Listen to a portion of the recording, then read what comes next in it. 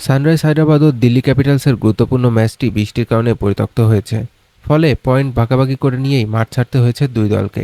এই ফলাফলের পর 11 ম্যাচে 6 জয়ে দিল্লি এখন পয়েন্ট তালিকায় 5 নম্বরে, আর সমান ম্যাচে 3 জয়ে হায়দ্রাবাদ অবস্থান করছে 8 নম্বরে। এই ফলাফলের মধ্য দিয়ে কার্যত প্লে অফ থেকে ছিটকে গেল তারা। ম্যাচে টস জিতে আগে বোলিংয়ের সিদ্ধান্ত নেয় হায়দ্রাবাদ। ব্যাট হাতে শুরুতেই ধাক্কা খায় দিল্লি। মাত্র 15 রানের মধ্যে পড়ে যায় 3 উইকেট। হায়দ্রাবাদের অধিনায়ক প্যাট কামিন্স ছিলেন দুর্দান্ত। প্রথম 3 ওভারের মধ্যেই তুলে নেন 3টি গুরুত্বপূর্ণ উইকেট। করুণ নায়ার 0 রানে, ফব ডুপ্লেসি 3 রানে ও অভিষেক পোরাল 8 রানে। সবাই আউট হয় একই স্টাইলে, ক্যাচ আউট হয়, এবং সবগুলোই ক্যাচ ধরেছেন উইকেটরক্ষক ঈশান কিষান। 29 রানের মধ্যে ফিরে যায় লোকেশ রাহুলও ও 62 রানের পর ষষ্ঠ উইকেট। তবে তখনও থেমে যায়নি দিল্লি। শেষের দিকে হাল ধরেন ক্রিস্টান স্টাব ও আশুতোষ শর্মা। এই দুজনের ব্যাটে 66 রানের জুটি।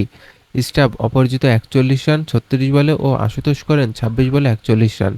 দিল্লি সংগ্রহ করে 133 রান। ইনিংস শেষ হতেই নামে বৃষ্টি। দীর্ঘ সময় পরও মাঠ খেলার উপযোগী না হওয়ায় ম্যাচ পরিত্যক্ত ঘোষণা করে আম্পায়াররা।